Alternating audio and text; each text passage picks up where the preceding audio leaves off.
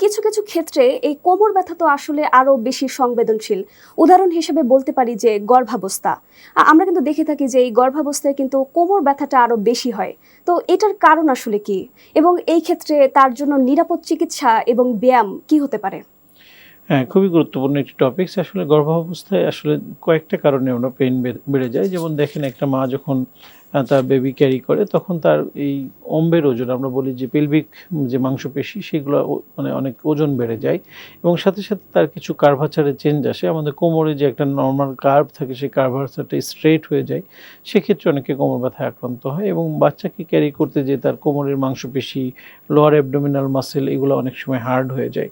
তো এই ক্ষেত্রে তার কিছু সিম্পল এক্সারসাইজ থাকে, আমরা বলি, যেটা করলে তার যেমন কোমর ব্যথা একাংশে কমে, অন্যদিকে তার নর্মাল ডেলিভারিতেও হেল্প করতে পারে। আমরা পেলভিক ফ্লোর মাসেল এক্সারসাইজ, তার ব্যাক মাসেল স্ট্রেংথেনিং এক্সারসাইজ। কিন্তু আমাদের মধ্যে যেটা ভুল ধারণা, যে এক্সারসাইজ মানেই আমাদের তো অনেক হাঁটাহাঁটি করতে হবে, অনেক দৌড়াদৌড়ি করতে হবে। তো একটা প্রেগনেন্ট উইম্যান, সে কীভাবে হাঁটবে কিংবা সে কীভাবে এক্সারসাইজগুলো করবে? কিন্তু ওনার ক্ষেত্রে যে এক্সারসাইজ, সেগুলো কিন্তু খুব ভিগোরাস এক্সারসাইজ না, এবং সেটা সে শুয়ে বসেই করতে পারে। সো এগুলো একজন ফিজিওথেরাপি বিশেষজ্ঞের পরামর্শ নিয়ে করলে আশা করি তার এই সমস্যাটা কমে যাবে। আরেকটা জিনিস আমরা দেখতে পাই, যেটা হলো পোস্ট ডেলিভারি পেইন। অনেকে দেখে যে তাদের সিজারিয়ান সেকশন হতে পারে বা নর্মাল ডেলিভারি, সেটার পরেও তাদের প্রচুর ব্যথা থাকে এবং পেইনের কারণে তারা স্বাভাবিক জীবনযাপন করতে পারে না। সেক্ষেত্রে আমরা যেটা দেখি যে তার পেলভিক ফ্লোর মাসেলগুলো উইক হয়ে যায়। যখন বাচ্চাটাকে আমরা ডেলিভারির পরে সরায় নেওয়া হয়, তখন এই মাসেলগুলো খুব দুর্বল থাকে। সাথে সাথে তাকে একটু সামনে ঝুঁকতে হয়, বাচ্চাটাকে ক্যারি করা, ব্রেস্ট ফিড করানো, তাকে নার্সিং করা, সবই সামনের দিকে ঝোঁকা। যার ফলে হয় কি, মেরুদণ্ডের পিছনে যে মাংসপেশি, এগুলো উইকনেস থেকে ডিস্ক হার্নিয়েশন বা ডিস্ক প্রোল্যাপসের মতো ঘটনা ঘটে। এবং এটা অনেকের মধ্যে কিছু মিথ বা সোশ্যাল কিছু ধারণা আছে যে আমাকে সিজারিয়ান সেকশনের সময় একটা ইনজেকশন দিল, ওই ইনজেকশনের কারণে ব্যথা, এটা আর ভালো হবে না। কিন্তু অ্যাকচুয়ালি ইনজেকশনের কিন্তু ফাংশনটা ওই আধা ঘন্টা 40 মিনিটই থাকে। তার অন্যান্য কারণে কিন্তু পেইনটা হয় এবং সেটা রিকভারি করা সম্ভব যদি সঠিকভাবে একজন ফিজিওথেরাপি বিশেষজ্ঞের পরামর্শ অনুযায়ী এই চিকিৎসাটা নেওয়া হয়।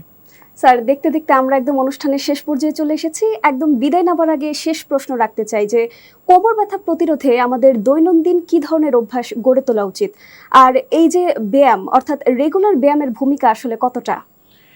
অনেক ধন্যবাদ। আমরা আসলে প্রিভেনশনটাই গুরুত্ব দেওয়া উচিত। আমরা যেকোনো রোগে আক্রান্ত হওয়ার আগে যদি সেটাকে আমরা প্রিভেন্ট করতে পারি, সেক্ষেত্রে সবচেয়ে গুরুত্বপূর্ণ ভূমিকা পালন করা যায়।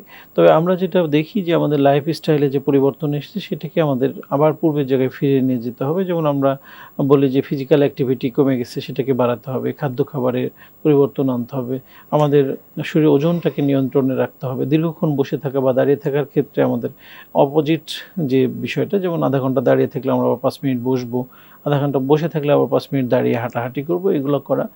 এর সাথে সাথে কিছু সিম্পল এক্সারসাইজ, যেটা বললেন যে প্রতিটা সুস্থ স্বাভাবিক মানুষেরই করা উচিত, কিন্তু আমরা অনেক সময় ইগনোর করি বা অনেক সময় অবহেলা করি, এটা করা হয় না, যার ফলে আমরা আস্তে আস্তে অনেকগুলো ডিজিজের দিকেই আমাদেরকে ধাবিত হয়।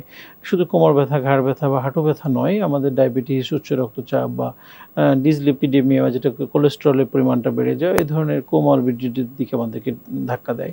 তো আমরা এই প্রত্যেকটা জিনিসই যদি একটু মেনে চলি, তাহলে এই অনেকাংশে নিজেরাও সুস্থ থাকতে পারবো, সাথে সাথে এই রোগগুলো থেকে আমরা প্রতিরোধ করতে পারবো। স্যার, কোমর ব্যথা কি, কারণ ও প্রতিকার নিয়ে এত গুরুত্বপূর্ণ তথ্য ও পরামর্শ দেওয়ার জন্য আপনাকে ধন্যবাদ। আপনার প্রতি বিশেষ কৃতজ্ঞতা যে শত ব্যস্ততার মাঝেও আপনি আমাদের স্টুডিওতে এসেছেন। আশা করি আজকের আলোচনা থেকে আমাদের দর্শকরা বুঝতে পেরেছেন যে কোমর ব্যথা কোনো ভয় নয়, আবার অবহেলাও নয়। জীবনযাত্রায় কিছুটা পরিবর্তন আনলে বেশিরভাগ ক্ষেত্রে এটি আসলে নিয়ন্ত্রণে রাখা সম্ভব। যথার্থ বলেছেন, ধন্যবাদ আপনাকে।